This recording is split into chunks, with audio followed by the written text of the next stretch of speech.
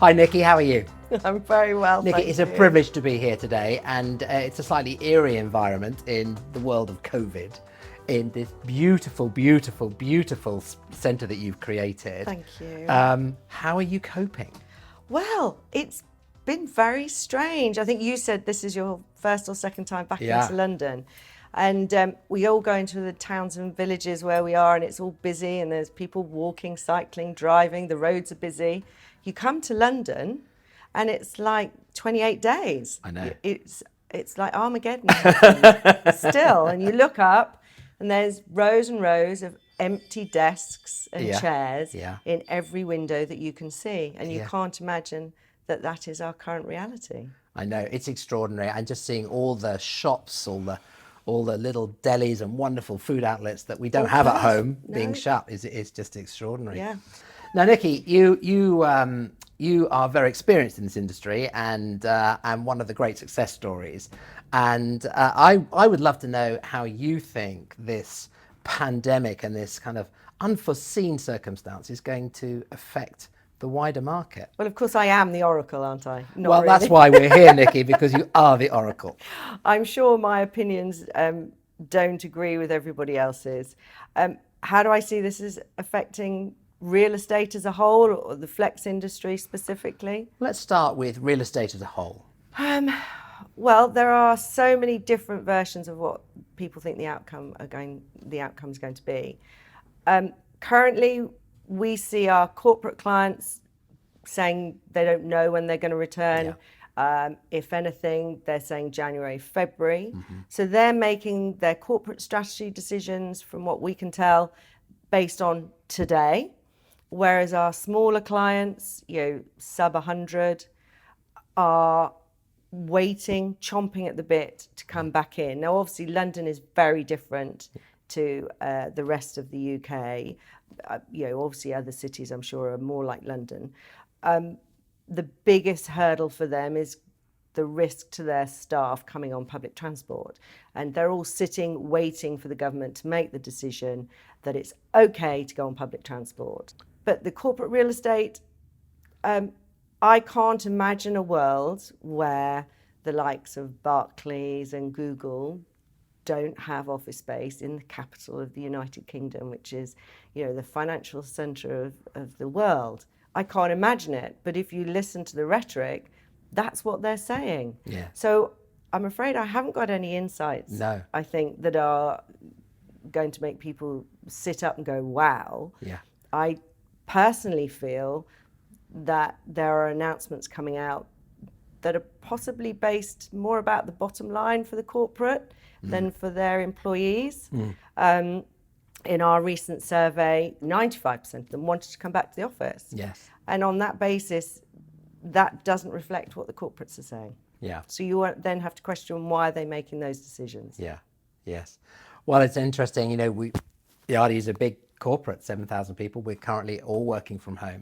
And yet we still have office space in Waterloo, and I hope we get back to using it. I think collaboration is a key part of our business. Yeah. And I think although Zoom has been fantastic, the human touch, people is everything. And I think the creative side is really important. So I really believe that we will be back at some point. It's just difficult to say when that will be. There are so many reasons where our human interaction cannot be replaced.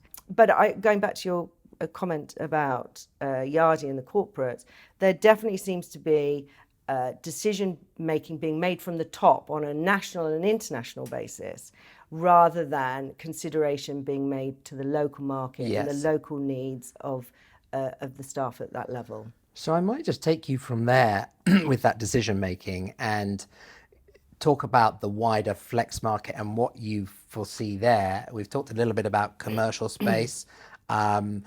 Before we went into COVID lockdowns, there were all sorts of articles about the 5,000 square foot leases dead. We think that, I personally think that Flexspace will just be more in demand from corporates. What's your view? Well, I'm going to say what I want it to be, and whether we can make that happen or not. Well, again, it depends very much on what our client base does. And our client base is corporates all the way down to the one-man band. If we look at the corporate market, we would hope that if they all decide to decamp and send all their staff to work from home, then Flexspace will be the solution for them. They will take space and they will grow and shrink as their projects require. They will be more mobile in where they use Flexspace, and it will become a far larger part of their portfolio. And also it will work very well for ad hoc meetings, team meetings, as well as drop-in space. Flexspace in the regions will provide a fabulous solution for the corporates. It will enable them to really reach into their local markets and enable them to decamp from large centralised head office buildings. So I think the Flexspace market regionally will grow. Yes. For us, we own our buildings, so our model is very robust. I think we will be able to meet those demands for the clients, for the corporate clients as well. And for the smaller businesses, they had already made the decision they didn't want to work from home. That's why the serviced office industry, or now what's called the Flexspace, has grown so dramatically, and why WeWork was able to grow exponentially, even though they are struggling a little at the moment. The digital nomads, they don't want to work from home. They want that human interaction, going back to what we were saying before. So I think we are well set to step in and provide the solution that the new world needs. And we're really very excited about that. Do you think there's an opportunity for operators such as yourselves to partner up with other parts of commercial real estate? So, for example, I know I've talked to shopping centres who are interested in the flexible space, and also people like build-to-rent operators who institutional capital is backing big residential developments, but people still need a place to work and be together. Do you think that's an opportunity? Well, really interestingly, back in the early 2000s, St George's, the house builders, came to us when we were city executive centres, and I think it was in the Chelsea region of London. They were building residential apartments, and they wanted to build a space within that development for their owners and renters to work from. I mean, it was revolutionary at the time. So they were taking the workspace element, which they have to build into, their apartments, and putting it into a centralised space. I think that is a great concept, and I am sure builders will either centralise it, or they will have to look at the size of their apartments and houses, which have been getting smaller, and start building in more space for that. And you were asking about shopping centres as well. Yes. And so again, we're partnered. So RDI are our shareholders, and they have a lot of shopping centres. And we've been thinking, well, could we come up with a solution for them? I think it's an interesting concept.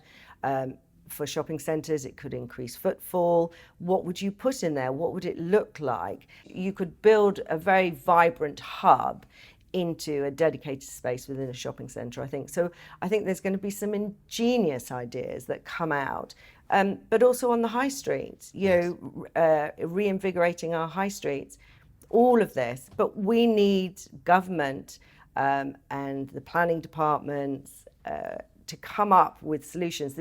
These things aren't going to happen overnight. It has to be a complete root and branch investigation before everybody starts rushing to some utopia solution. Now, because it's Yardi and it's me, I have to ask a question about technology, and it'd be rude not to. How do you think COVID is going to change the way your customers and you will use and adapt technology? Do you have a view on that? Not yet. I mean, we're very client driven. Yeah. We try not to be ahead of the curve unless we've taken client advice and they've said, yes, we absolutely need it. I think there are a lot of people out there who've got some great solutions that they're using. People can check into their offices so they don't get overcrowded. You can order food to the desk, so from the restaurant or cafe in the building. all these platforms, and there are many of them, some great solutions that real estate can use. Yardi being one, of course. Yardi definitely being one, and you have a whole host of solutions, many of which I don't even know yet, but Justin, I know that you'll be knocking on my door and telling me all about them very soon. I think it's too early for us to say what we're going to do. We have an app already, which we are going to be pushing much harder now for interaction between the clients. And where we have cafes, we may enable it so that they can order food, so they just have to go and collect it rather than stand or wait and take it away. I don't think we'll be offering a booking in service for our clients within their own suites. We have a visitor app, so we can monitor how many people are in the building. Yardi provide an excellent solution to us for managing our Wi-Fi, so we can see who's sitting whether areas are too densely occupied. So there are lots of opportunities, but for us, I can't give you any insight as to what we're doing specifically, but Yardi being one of our main IT partners, I know you'll keep us ahead of the curve on that. Yeah, it's true. And I actually think that there'll be a big drive towards contactless technology. So using tech to do the functions, but it still needs to be human. Yes. That allows people to do those functions contactless. I think that's going to become more of a drive and an important thing, and I think that will be one of the changes. But I think people who have apps in place, you're ahead of the curve already. I'd like to think so, but you've enabled us to do that. I read a lot of things saying commercial real estate is dead. Big companies are going to be not wanting office space. What are your thoughts? I think it's a terrifying thought. As you say, our entire economy is underpinned by the real estate. London is, as I said earlier, not just the capital of the UK, it's the financial centre of the world. Yeah. And rightly or wrongly, this is my belief, I think the corporates are making the decisions for their bottom line, not for any other reason. Yeah. And if you don't think far enough ahead with your strategy, the unexpected happens. And what sort of thing could happen to our economy on the decisions we're making now with the wrong information? So I think it could be disastrous. And I would encourage everyone to come back to work and to say to their employers, we want to come back to work. Don't shut the offices. Yeah. They're good for us. It's good for business. And yes, I've worked hard on when I've worked from home. Yeah. But I never expected to be doing that permanently. Yeah. And yes, I say I don't like the commute, but that doesn't mean I don't want to do the commute. Yeah. And so many other things that happen when I'm doing the commute, or I have a drink after work. So for me, I think that these strategies that are coming out from the corporate world are fundamentally wrong and could be disastrous. And by that you mean not sending their employees back to work now? Is that what you mean? Sending the employees back to work, deciding on their corporate real estate strategy today for next year, the year after, in 3 years. As we said, how's that going to affect our economy? Yeah, but surely that must be an opportunity for flexible real estate. I mean, Definitely. You still need the CEOs to make those tough decisions and say, right, let's get on with it. But, as a CEO, am I going to go and lease 20,000 square feet in central London when I could have a combination of maybe some remote working, some home working, and some flexible space? It's a great opportunity for the Flexspace, and we already started before COVID to see traditional landlords stepping into the flex market, wanting their own brand of flexible space so that they could, at that point, enable their corporate clients to flex within their portfolio, move them from building to building, from floor to floor. So I think as what was traditionally called the serviced office industry will be hugely challenged in the coming years, not by other operators coming into the market, but by the real estate landlords stepping into our industry. And they will be far more resilient because, as we know, or as we would say, the right model for this industry, having been in it for decades now, is to own your building. One of the things we've seen has been the biggest challenge to flex operators is not only have they been fighting their tenants and losing occupancy, they've been fighting their landlord for rent reduction to make their business model work. Yeah. So I think the biggest challenge to the flex industry is the traditional landlords coming into our space and providing solutions to the corporates, which was a growing market. WeWork had moved into that market. I think they called it the enterprise solution, and they were taking 150,000 workstation clients into their buildings and providing them with a turnkey solution. Yeah. So I think, yes, if the corporates all move out, they're not really going to move out. They're just going to change the agreement they have with their landlord. So I could be optimistic in that respect, but it is a fundamental change to how occupiers occupy their space. So Justin, I've got a question for you. I've known you for how many years? 20 years? Nearly 20. 20 years. And you have always been pushing the boundaries with how you see the world, how it's going to change, how technology is going to change it, or how we need to embrace technology. What do you think is going to happen in the real estate market in 5 years' time? What's it going to look like? And how are you going to make that change happen? Well, I suppose as I gaze into my crystal ball, it's a bit unknown, but I think there are some fundamentals that have changed forever.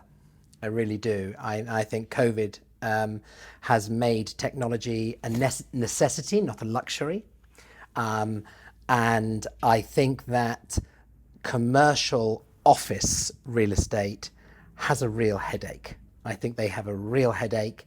I think they now have to, if some of them were already adapting their strategy, people like British Land with Story, others maybe still a little slow. And whether they can make that change, I don't know. And that will be the real question. But they need to be more flexible in their offering. They need to change from being rent collectors to service providers, and that's a cultural shift. And whether they have that ability, Nikki, I don't know. I suspect that's a great opportunity for people like you who have that service culture. So I think for Flex, I actually think the future is really rosy.